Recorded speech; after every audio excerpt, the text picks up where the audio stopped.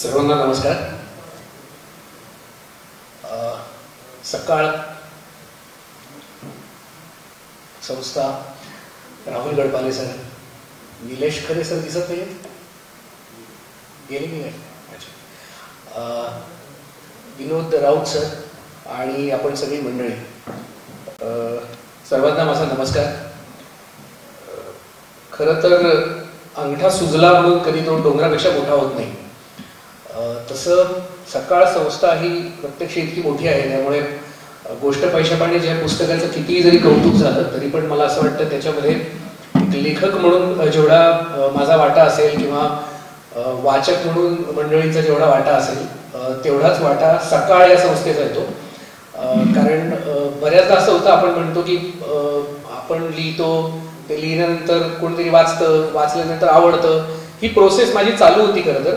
पण बऱ्याचदा असं होतं की आपण आपल्याला तशी संस्था मिळत नाही जी आपल्याला समोरून विचारते की तू आमच्याकडे लिहिशील का. आणि तसं प्रत्यक्षात झालं. सकाळने जेव्हा मला विनोद राऊत आणि राहुल गडपाले सरांनी दोघांनी विचारलं की तू लिहिशील का, पहिलं तर माझा नकार होता की मला लिहायचं नाही असं वर्तमानपत्रांमध्ये. कारण त्याच्या अगोदरचा माझा अनुभव काही चांगला नव्हता वर्तमानपत्रांबद्दलचा. त्यामुळे मी माझ्या एकंदर ट्विटरच्या दुनियेत किंवा मी जे लिहायचो तिथे मी खूप खुश होतो. कारण इथे मला जसं ते म्हणतात 100 शब्द आणि हे 1000 शब्द वगैरे, मी थ्रेड्स लिहायचो. ट्विटरला थ्रेड नावाचा प्रकार यायचो आणि तो प्रचंड लोकप्रिय होता. आणि त्याच्यापेक्षा मला जे जास्त माध्यम आवडायचं ते हे की मी 4-5 शब्दातच लिहायचो. म्हणजे मला असं फार लिहिणं आवडायचं नाही. आजही मला ते तसं आवडत नाही. म्हणजे मी साधं वाक्य लिहायचो की पूर्वीच्या काळी अशिक्षित गुलाम होते, दॅट्स ऑल, फुल स्टॉप. की पूर्वीच्या काळी अशिक्षित गुलाम होते, मला एवढंच म्हणायचं असायचं. मला त्याच्या पलीकडे काही म्हणायचंच नसायचं. किंवा दुकानांच्या पाट्यांचा जेव्हा विषय आला होता तेव्हा मी असं लिहायचो की सगळीकडे जेव्हा मराठी दुकानांच्या पाट्या लागल्या पाहिजेत अशावरती आंदोलनं चालू होती सगळीकडे, त्यावेळेला मी फक्त एवढंच लिहिलं होतं की मराठी पाट्यांचं ठीक आहे ना, पण दुकानदार मराठी झाल्या तर त्या टिकतील.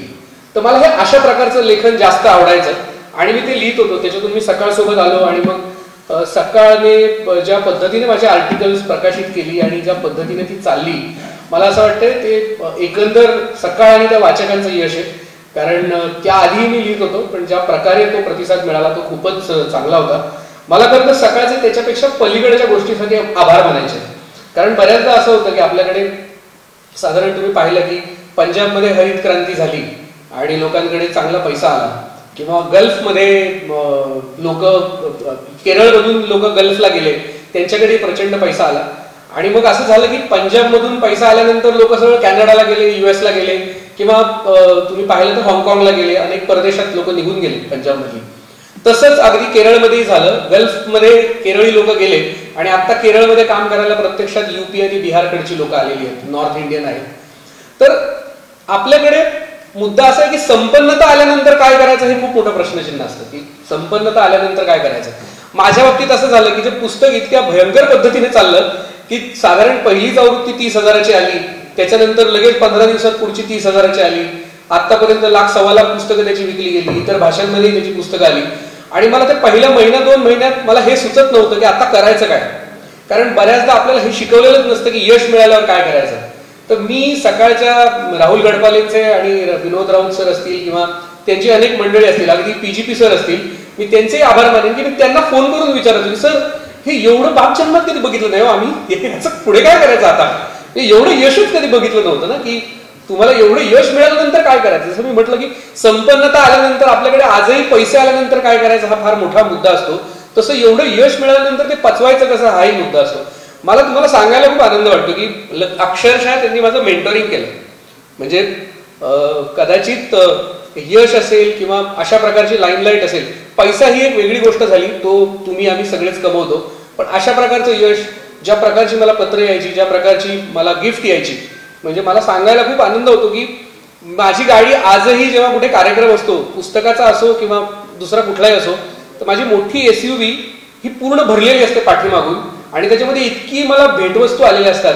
मग त्याच्यामध्ये वांग असतं, त्याच्यामध्ये लोणचं असतं, त्याच्यामध्ये गावाकडचे सांडगे असतात, कुरवड्या असतात, माझ्या मुलींसाठी काहीतरी खाऊ दिलेला असतो, माझ्यासाठी काहीतरी खाऊ दिलेला असतो. एकदा मध्ये मी कधीतरी म्हटलं की मला सोलापूरची ज्वारीची भाकरी आणि ती शेंगदाण्याची चटणी खूप आवडते, तर माझ्या ऑफिसमध्ये चवळ लागली होती अक्षरशः भाकऱ्यांची आणि शेंगदाण्याच्या चटणीची.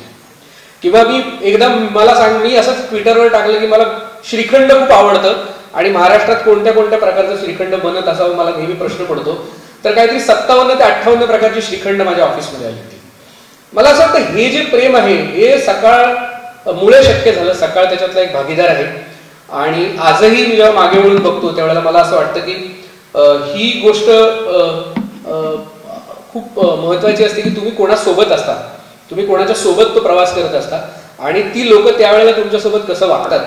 मला सकाळच्या ह्या सगळ्या प्रवासात मला जे माझे अत्यंत जवळचे मित्र भेटल्यासारखा मला नेहमी तो एक असा एहसास असतो. तो एक कधी कुठल्याही वेळी मी त्यांना काहीही बोलू शकतो. म्हणजे आता जसं राहुल सरांनी तुम्हाला सांगितलं, मी खरोखर मी खूप परेशान होतो, मला यायचं नव्हतं इकडे आणि सोमवार हा माझा कामाचा दिवस असतो आणि मी कदाचित 9 ते 10 वर्षानंतर पहिल्यांदा सोमवारी माझ्या ऑफिसमधून दुपारच्या वेळेला बाहेर पडलोय आणि मी त्याचा त्यांना प्रचंड गिल्ट दिला. म्हणजे इतकं मी मनमोकळेपणाने त्यांना तो गिल्ट देऊ शकलो ह्याचं कारण ते मिळालेलं स्वातंत्र्य आणि मला असं वाटतं त्या स्वातंत्र्यामुळेच लिहू शकलो. याच्या पुढे माझी सकाळ बरोबर अजून 3 पुस्तकं येत आहेत. त्याच्यातलं पहिलं पुस्तक म्हणजे सकाळचे तुम्ही सर्वांनी अत्यंत फेमस कार्टुनिस्ट पाहिले असतील, आलोक नावाचे कार्टुनिस्ट आहेत जे कार्टून करतात. तर आलोक आणि माझं एकत्र मिळून आमचं दोघांचं पुस्तक येत आहे. जे मी तुम्हाला वाक्य काही सांगितली तर जे सटायर मी लिहितो त्या सटायरचं आलोक कार्टून्स करतोय. दुसरं पुस्तक माझं जे मी तांत्रिक लिहितो बऱ्याचशा गोष्टी त्या तांत्रिक गोष्टींवरच येते आणि तिसरं जी माझी संस्था आहे लेट्सरीड फाउंडेशन, त्यांनी विविध निबंध स्पर्धा घेतल्या होत्या त्याच्यावरचं पुस्तक सकाळ करते. सो लेखन प्रवास चालू आहे. हल्ली अवतरणमध्ये लिहिणं मात्र थांबवलंय कारण अवतरणच्या लिखाणाचा एक त्रास मलाही आणि अवतरणच्या सगळ्या टीमला हा होत असतो की त्याच्यावरती इतक्या प्रतिक्रिया येतात आणि माझे अक्षरशः 2-3 दिवस जातात. त्यामुळे त्या थोडा स्वार्थी भावनेने मी अवतरणमध्ये लिहित नाहीये, पण लिखाणाचा प्रवास तसा चालू आहे, तो चालू राहील आणि लोकांचं प्रेम तुम्हा मंडळी जी माझ्यापेक्षा खूप मोठी आहेत खरं तर मला हे म्हणायला खूप आवडेल की तो प्रवास खरं तर तुमच्यामुळे सुखकर झाला कारण तुम्ही सगळे लिहित होता. ती एक अशी फार चांगली भावना होती, एक टीमवर्क होतं. मला नेहमी विनोद राऊत सर एक शब्द वापरतात की हे तुमचे बॅचमेट्स आहेत म्हणून कोणी भेटलं की किंवा अवतरण म्हटलं की ते कुटुंब वाटतं आपल्याला. त्या कुटुंबाच्या प्रेमापोटी खरं तर मी थोडासा माझा व्यवसाय सोडून आज इथे आलो.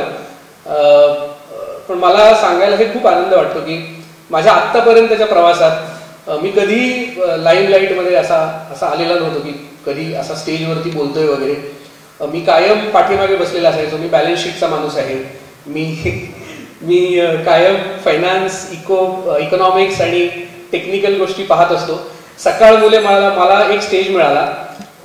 आयुष्यात कधीही मला जेवढी प्रसिद्धी कदाचित मिळाली नसती ती सकाळमुळे मिळाली आणि मला असं वाटतं की आपल्या मराठी माणसांचा एक फार महत्वाचा गुण असतो की आपण त्याच्यासाठी कायम कृतज्ञ राहतो आणि ही कृतज्ञता म्हणून मी इथे आलो. त्यामुळे संपूर्ण सकाळ टीमचे विनोद राऊत असतील, आपण असाल, राहुल गडपाले सर असतील, फक्त आणि फक्त ही कृतज्ञता, प्रेम आणि आपल्यामधलं हे ममत्व असंच वाढत राहो आणि अवतरणचा प्रवास अख्ख्या महाराष्ट्रभर असाच पसरत राहो, तो सुगंध असाच दरवळत राहो. आपल्या सर्वांचे पुन्हा खूप खूप आभार, खूप खूप धन्यवाद. नमस्कार.